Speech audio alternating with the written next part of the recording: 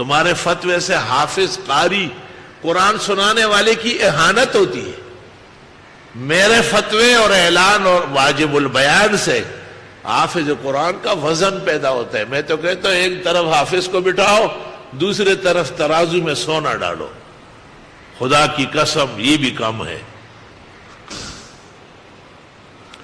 شیخ عبدالحق نے جب اخبار الاخیار لکھی اور جہانگیر بادشاہ کو پتہ چلا تو جہانگیر بادشاہ نے شیخ کو یا شیخ کی کتاب کو, شیخ کو 7 مرتبہ تولا سونے سے, اور وہ سونا حضرت کو دیا. جہانگیر بادشاہ اتنا اکرام کرتے تھے. یہ ہوتے تو کہتے حرام ہے, یہ بھی حرام ہے. بس ہر چیز ان کے یہاں حرام حرام ہے.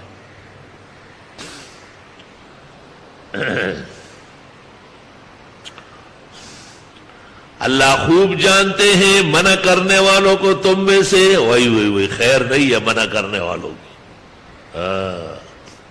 والقائلین لاخوانہم, اور جو کہتے اپنے بھائیوں سے ہلم الینا, ہمارے پاس آؤ. غلط باتیں خلق لوگوں کو سکھا رہے, عوام کو حفاظ قرآن کے خلاف تلوار دے رہے. 2 آنے کا آدمی ہوتا ہے, حافظ صاحب سے کہتے آپ کچھ لیں گے تو نہیں, یہ کوئی ٹماٹر بیچنے آئے دلہ, یہ تو قرآن پڑھانے بیٹھا ہوا ہے. حافظ صاحب سے پوچھتے ہیں باقاعدہ, کچھ لینے دینے کا خیال تو نہیں ہے. اس کے سینے سے خیال بھی نکال رہے ہیں. اور پیغمبر کہتے ہیں بہترین اجرت وہ ہے جو قرآن شریف کے بدلے میں بطور تعظیم و تکریم کے ملا. یہ نامناسب بات ہے.